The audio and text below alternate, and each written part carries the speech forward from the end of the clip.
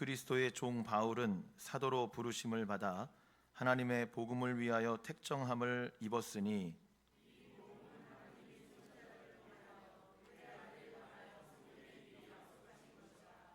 그의 아들에 관하여 말하면 육신으로는 다윗의 혈통에서 나셨고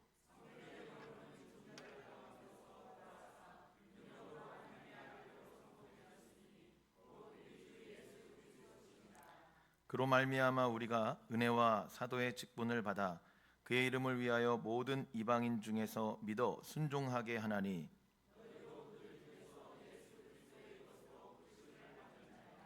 로마에서 하나님의 사랑하심을 받고 성도로 부르심을 받은 모든 자에게 하나님 우리 아버지와 주 예수 그리스도로부터 은혜와 평강이 있기를 원하노라.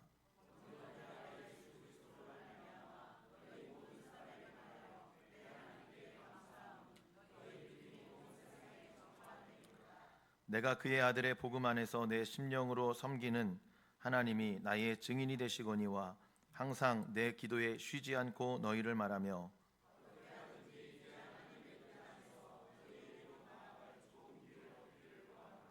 내가 너희 보기를 간절히 원하는 것은 어떤 신령한 은사를 너희에게 나누어 주어 너희를 견고하게 하려 함이니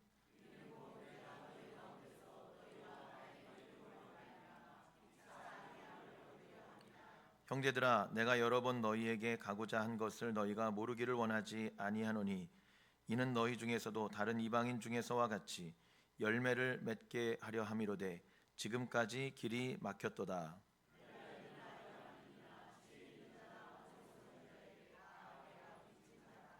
그러므로 나는 할 수 있는 대로 로마에 있는 너희에게도 복음 전하기를 원하노라.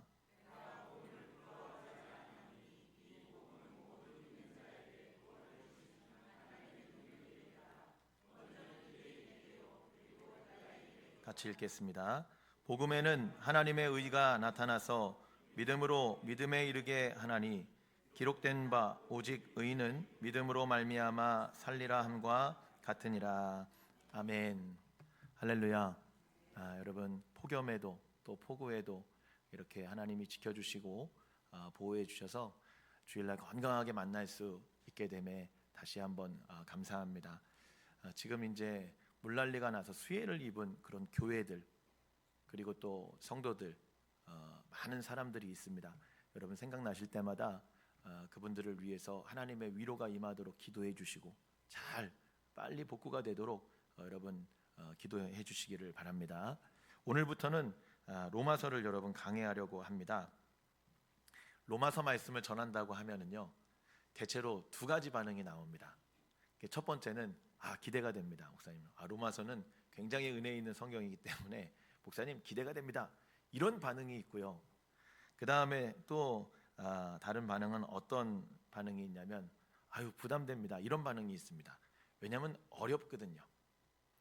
가장 기본적이고 우리의 구원의 문제를 다루고 있는 성경인데 사실 이게 아주 중요하고 또 가장 단순하면서도 가장 어려운 그러한 성경의 내용을 담고 있습니다. 그래서 막 기대가 되거나 막 부담이 되거나 그런데요 여러분 하나님께서 깨닫게 하시고 여러분에게 들려주시는 말씀이 있고 성령의 감동으로 쓰여진 성경이기 때문에 성령께서 우리 가운데 일해 주시면 여러분 이 말씀이 하나님의 은혜로 깨달아질 줄로 믿습니다. 그리고 저와 여러분에게 들려지고 또 하나님 말씀하시는 귀한 음성으로 남겨지는 그런 은혜의 시간이 될 줄로 믿습니다. 여러분 로마서를 제대로 이해하려면은요 로마서의 그런 역사적인 배경 그리고 당시의 선교적인 상황 이런 것들을 잘 알아야 됩니다. 그래서 오늘은 그런 부분에 대해서 로마서를 시작하는 시간이기 때문에 조금 이렇게 설명을 드리려고 합니다. 한번 집중해서 잘 들어보시기 바랍니다. 이 로마서가 신약 성경의 서신들 중에서도요 굉장히 독보적인 위치를 차지하고 있습니다. 이 서신이 바울 서신 가운데 가장 논리적이에요. 그리고 가장 체계적입니다. 복음을 아주 잘 설명하고 있는 그러한 성경입니다. 그래서 이 성경을 읽다가 은혜 받은 위대한 신학자들, 우리 역사적인 인물들 이런 사람들이 굉장히 많습니다. 뭐 마르틴 루터도 그렇고요, 뭐 어거스틴도 그렇고요, 칼빈도 그렇고요, 우리 감리교회 창시자인 요한 웨슬리 목사님도 그렇고요.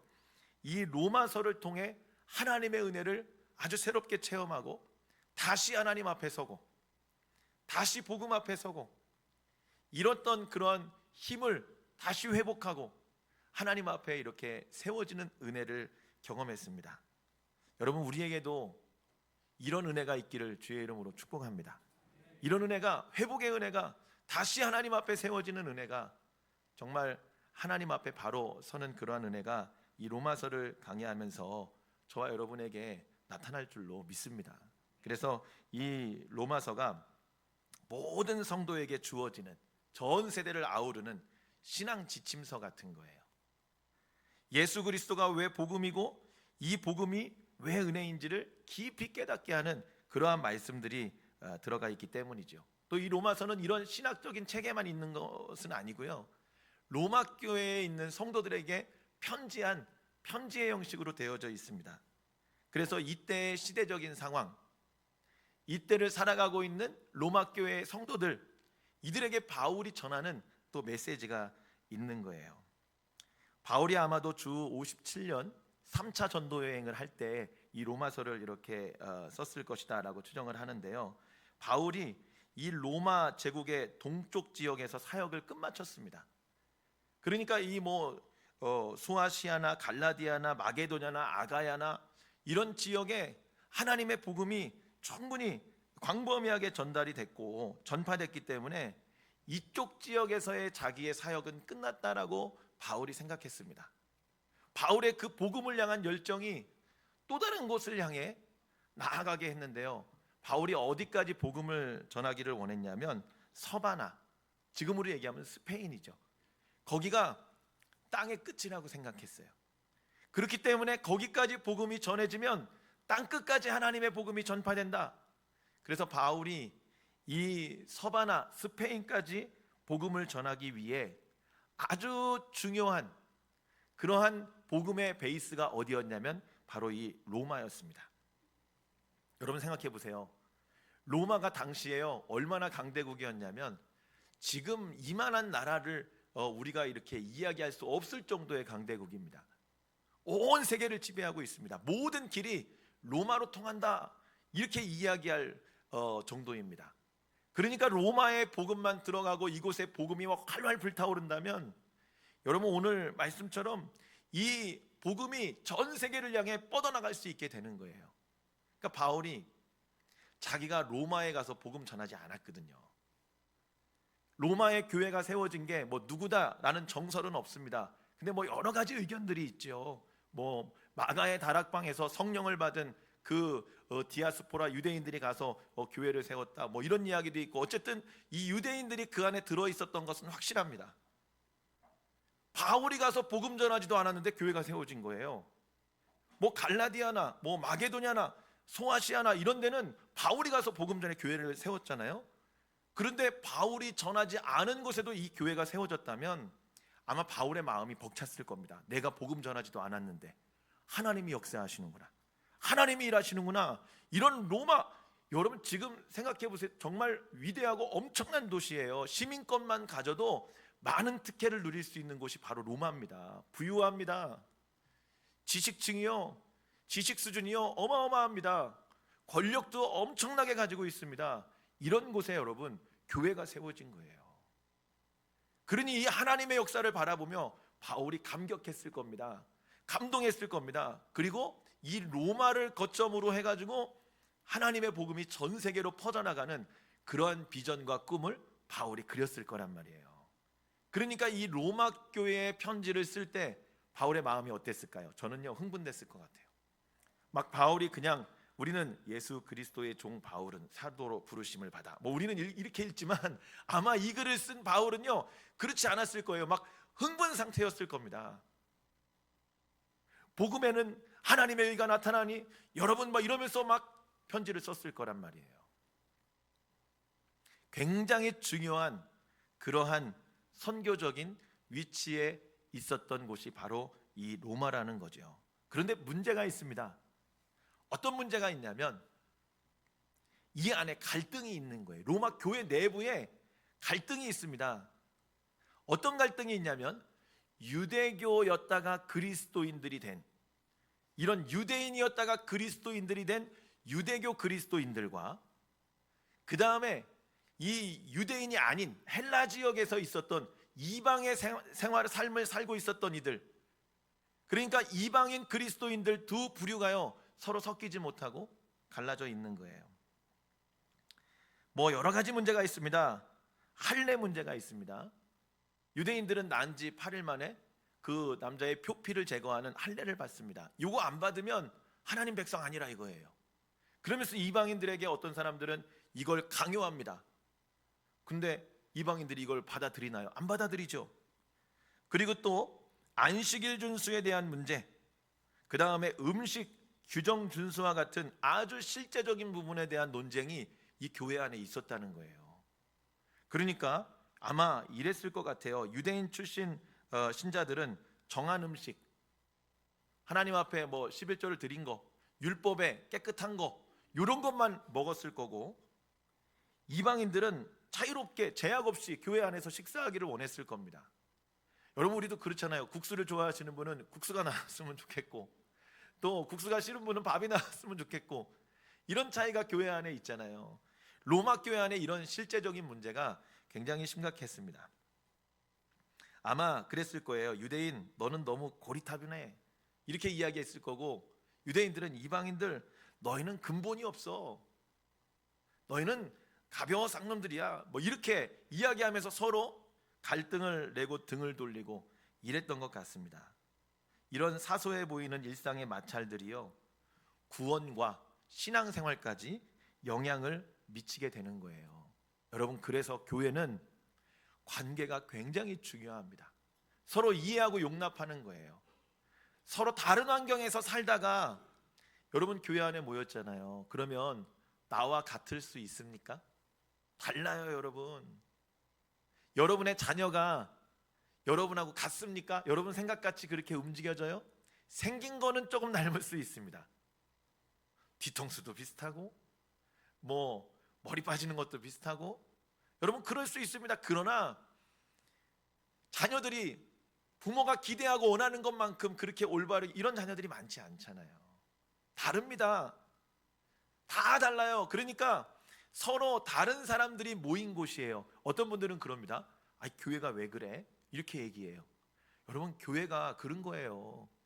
완전한 사람들이 모여서 신앙의 공동체를 이루어가는 게 아닙니다. 그럼 뭐냐? 불완전한 사람들이 모이는 거예요. 세상에서 상처받고 아프고 깨지고 이런 영혼들이 교회 안으로 모여서 하나님의 교회를 이루어가는 겁니다.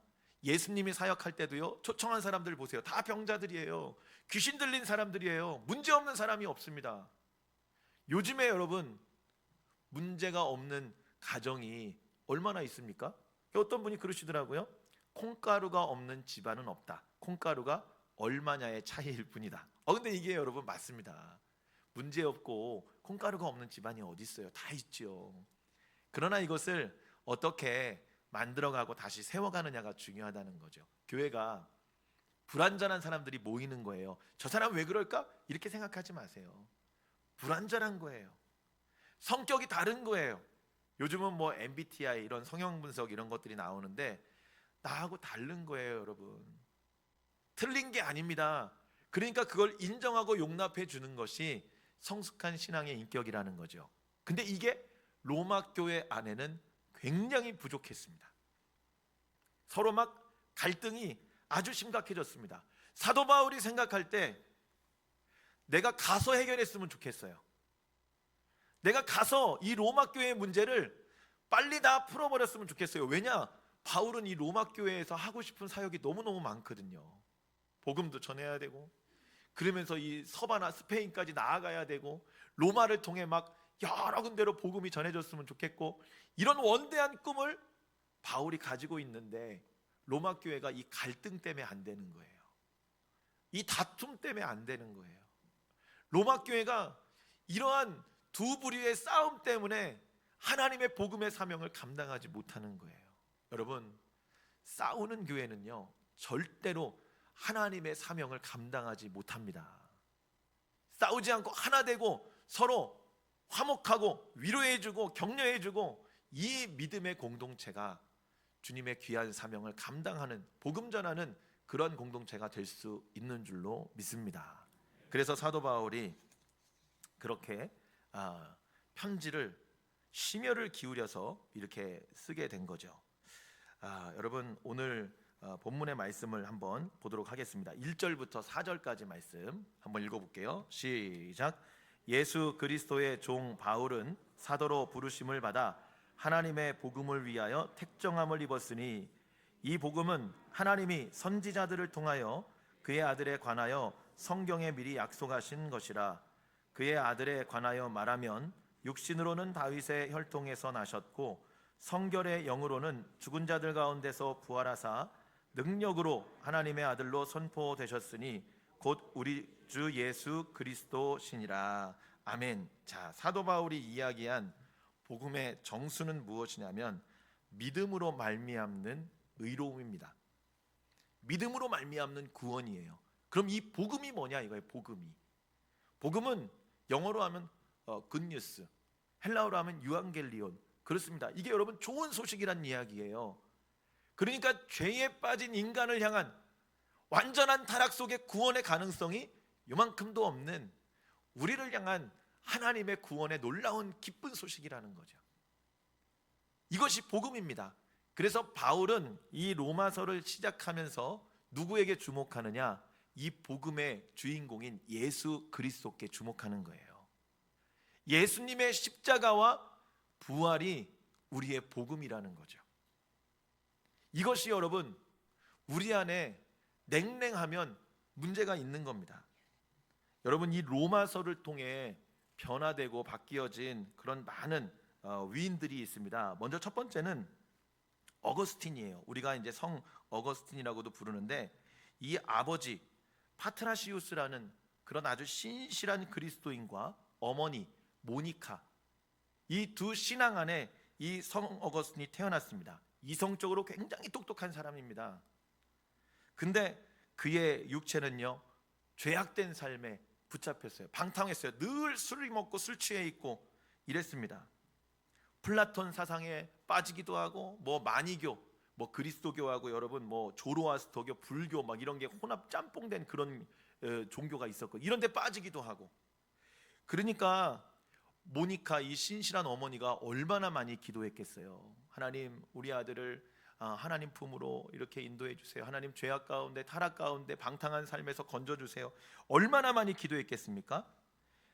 하나님께서 이 기도를 들으시고 384년 어느 날 오후에 30세가 된 어거스틴이요, 어느 정원에서 부르는 아이들의 노래를 들었습니다. 그 내용이 뭐였냐면 책을 집어들고 읽어라, 책을 집어들고 읽어라. 가사가 반복되는 노래였습니다. 어거스틴이 꼭 자신에게 하는 말로 들렸어요. 그 집으로 막 뛰어가가지고 성경을 폈습니다. 처음 눈길이 와닿는 구절이 있었는데요, 그게 어거스틴이 읽은 그 구절이 로마서 13장 13절과 14절이었습니다. 그 내용이 뭐냐면 제가 읽어드릴게요. 낮에와 같이 단정히 행하고 방탕하거나 술 취하지 말며 음란하거나 호색하지 말며 다투거나 시기하지 말고 오직 주 예수 그리스도로 옷 입고 정욕을 위하여 육신의 일을 도모하지 말라.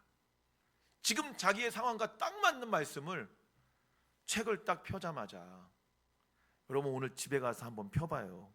무슨 말씀이 나오나. 이 어거스틴에게 이 말씀이 탁 마음을 치면서 어거스틴이 하나님 앞에 꼬꾸라진 거예요. 이후에 신앙적이고 육체적인 방황이 끝이 납니다. 사도 바울이 다메섹에서 예수님 만나 엎드려진 것 같은 그러한 사건이 이 어거스틴에게도 일어난 거죠.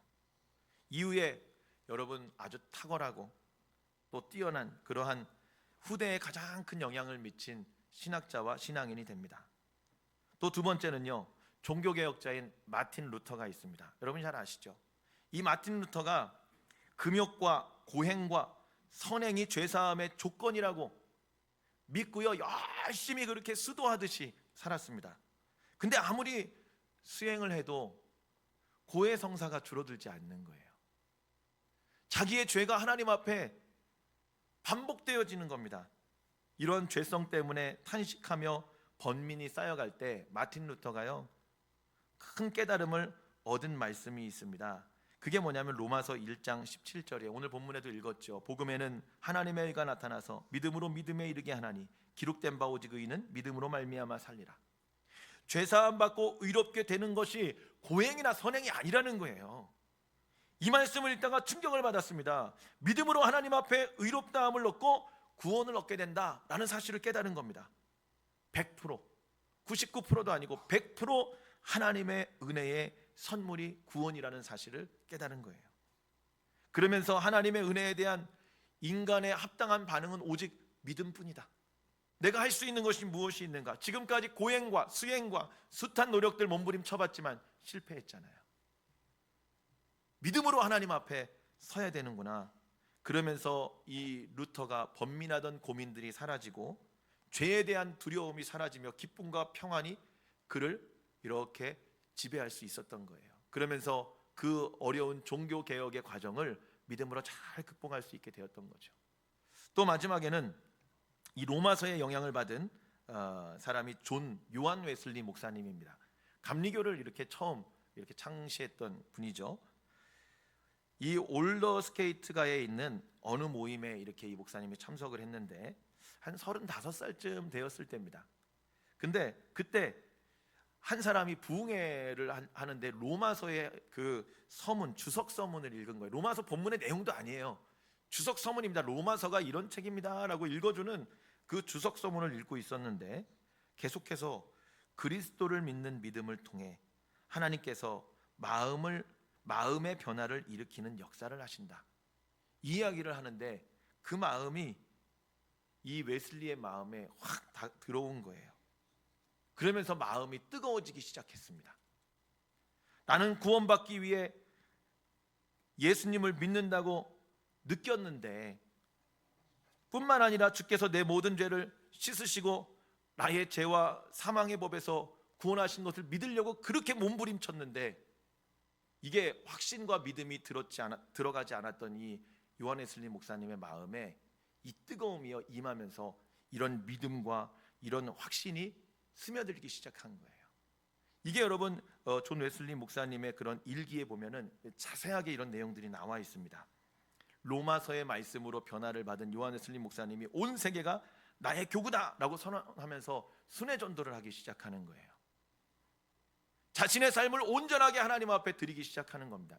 여러분, 이런 세 명의 인물만 우리가 간단하게 살펴봤는데 이 로마서의 말씀이요, 아니요, 로마서 말씀이 아니라 이 복음이 우리의 삶을 변화시키는 힘과 능력이 있는 줄로 믿습니다. 오늘 16절 17절 말씀을 한번 볼까요? 16절 17절 말씀 읽어볼까요? 시작. 내가 복음을 부끄러워하지 아니하노니 이 복음은 모든 믿는 자에게 구원을 주시는 하나님의 능력이 됨이라. 먼저는 유대인에게요 그리고 헬라인에게로다. 복음에는 하나님의 의가 나타나서 믿음으로 믿음에 이르게 하나니 기록된 바 오직 의인은 믿음으로 말미암아 살리라 함과 같으니라. 아멘. 복음이 들어왔는데 아무런 변화도 없다. 복음이 들어왔는데 아무런 능력도 나타나지 않는다. 여러분, 왜 그런지 아십니까? 우리가 복음을 부끄러워하기 때문입니다. 사도 바울은요, 지금은 우리가 위대한 인물로 칭송하죠. 근데 바울이 1차, 2차, 3차 전도 여행을 갔는데 환영받은 곳이 한 곳도 없습니다. 가면은요 늘 비난받아요. 가면은요 늘 싸움꾼들이 기다리고 있습니다. 가면은 고난이 항상 바울을 기다리고 있는 거예요. 바울이 그렇게 고백합니다. 유대인의 그 형벌 중에 40의 한 대를 감한 이런 형벌이 있습니다. 이거를 5번 맞았다고 고백하고요, 태형을 3번이나 맞았고요, 바다에서 죽을 고비를 3번 이상 넘기고요, 정말 무수하게 고난받았던 그 간증을 고린도 후서에서 바울이 이야기를 합니다. 여러분, 숱하게 죽을 뻔한 바울이에요. 그 정도면 여러분, 복음을 위해서 내가 손해보는 그러한 상황들이 내 앞에 그만큼 펼쳐진다면 여러분 그 앞에서 담대할 수 있습니까? 그 앞에서 복음을 부끄러워하지 않을 수 있습니까? 이 로마 교회가, 이 로마서가 AD 57년경 쓰여졌지만 약 7년 뒤에 네로 황제, 금요철회 때 말씀드렸죠. 그 방화의 사건을 통해 엄청난 박해가 임합니다. 말로 할 수 없는 엄청난 박해가 임해요. 가족들이 그 사냥개에 의해서 자녀들이 찢어 죽임을 당합니다. 그리스도인들은 그 로마의 초입에 촛대가 되어서 불타 죽습니다. 여러분, 이런 상황 앞에 너 예수 믿는 사람이지? 라고 로마 군병이 와서 묻는다면, 여러분, 예, 저는 예수님 믿습니다. 죽음이 나를 위협할지언정 예수님을 제가 포기할 수 없습니다 라고 여러분 이야기할 수 있습니까? 그때요, 많은 그리스도인들이 그 죽음의 고난 앞에 믿음을 지키고 순교하기도 했지만, 많은 그리스도인들이 이 고난을 감당하지 못해서 그냥 예수님 부인했던 사람들도 있습니다. 예수님 진짜 부인하고 싶어서가 아니에요. 이 고난을 감당할 그런 자신이 없었던 거예요. 여러분, 이런 고난이 우리 앞에 펼쳐진다면 여러분 어떻게 하시겠습니까? 여러분 당당하십니까? 자신 있게 저는 예수님 믿습니다라고 주님을 위해서 내 목숨도, 우리의 가족도, 자녀도 다 포기할 수 있습니까? 지금 바울이 그런 이야기를 하는 거예요. 나는 복음을 부끄러워하지 않는다. 복음을 부끄러워하지 않았다. 여러분에게 그런 목숨을 내던지는 그런 순교를 지금 강요하고 있는 것이 아닙니다. 우리의 삶에 이 복음이 이렇게 어거스틴처럼, 루터처럼, 웨슬리 목사님처럼, 바울처럼 살아있다면 이 복음을 전하는 삶이 우리의 마땅한 삶이지 않겠습니까? 부끄러워서 손해볼까 봐 움츠리는 거예요. 내가 예수 믿는 사람이라는 걸 드러내지 않는 거예요. 복음을 전하지 않는 겁니다. 왜요? 피곤하니까, 귀찮으니까, 때로는 손해볼 것 같으니까. 이러한 모습들이 복음의 능력을 상실하게 만든다는 거죠. 여러분, 복음이 부끄럽지 않은 사람이 되기를 주의 이름으로 축복합니다. 그래야 되는 거예요. 그러기 위해서는 어떻게 하느냐? 여러분, 복음을 전하십시오. 부족함은 있지요. 연약하지요. 여러분, 우리가 막 당당할 수는 없죠. 세상에 누구에게나. 그러나 여러분, 우리가 부족하지만 우리가 할 수 있는 것은 연약함 속에서도 하나님의 사랑받은 자녀니까 주의 복음을 전하는 일은 우리가 할 수 있잖아요. 교회로 데리고 와서 자리에 앉혀놓으란 이야기가 아닙니다. 여러분, 전도를 그렇게 생각하지 마십시오. 그냥 전하는 거예요. 나에게 일하시고 역사하신, 나에게 은혜 주시고 나를 구원하신 그 주님을 그냥 전하는 거예요.